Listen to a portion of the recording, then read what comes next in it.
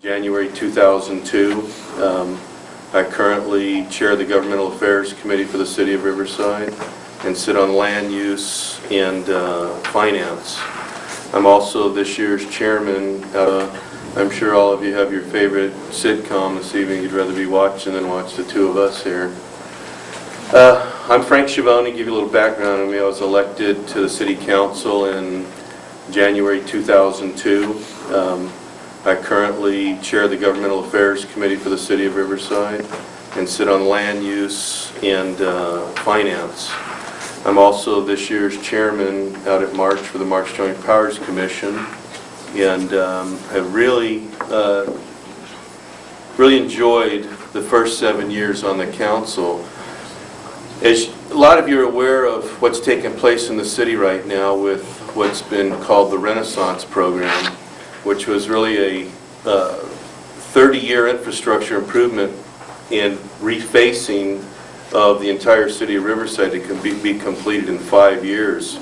Probably the most aggressive plan, not anywhere just in the state, but probably in the country, with a price tag of about $1.7 billion. Of that, there was over $100 million that's dedicated to parks.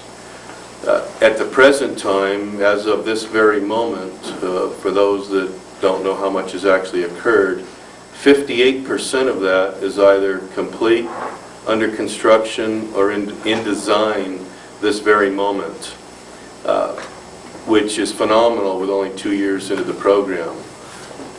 One of the reasons I'm running for supervisor, then I'll lead into that, is that I really think that that type of program needs to be continued throughout the entire 1st District, Supervisor District, with infrastructure improvement. And a lot of it isn't just all the parks, but we had a aging in the city of Riverside. We were losing more water to leaks and breakages in the ground than we were delivering to the public because the infrastructure had not been maintained for so many years.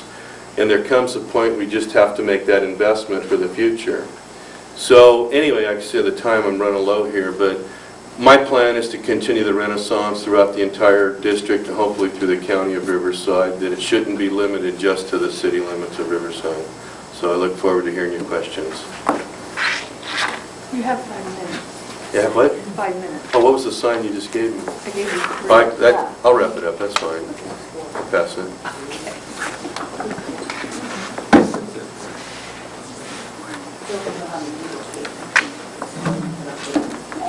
Well, thanks for everybody for coming out tonight. Not a lot of people understand what a supervisor does and how important, particularly in a growing county like Riverside County, what the overarching and really expansive role of a supervisor and in combination the Board of Supervisors really is. It's really been an important educational thing to me, but also very, very interesting. So I appreciate everybody turning out tonight. And I'm running for re-election as county supervisor because firm hands are needed now, especially to ensure fiscal discipline as we enter this economic downturn. In the upcoming term of office, a supervisor is needed who knows the district and can maintain and improve our greatly expanded public services and continue to connect with the district's rapidly growing communities. I have a strong track record of conservative budgeting and spending while initiating comprehensive programs to improve transportation, conservation, and public services while building community understanding and support. I've also spoken out first, often standing alone against powerful interest and taken proactive measures to protect our communities against blight and nuisances that threaten property values and impair the quality of life. The gains made in the district and the county over the past 4 years are impressive. Now is the time to redouble our efforts and reinforce our strategic directions, not change them. And just look at the record. In public safety, we've had the most dramatic expansion of sheriffs, fire, ambulance, and code enforcement in the county's history. And it's not just in terms of numbers of increase or in dollars spent, but in quality and comprehensiveness. Not much has been written, for instance, about the $148 million investment in a new countywide interoperable communication system.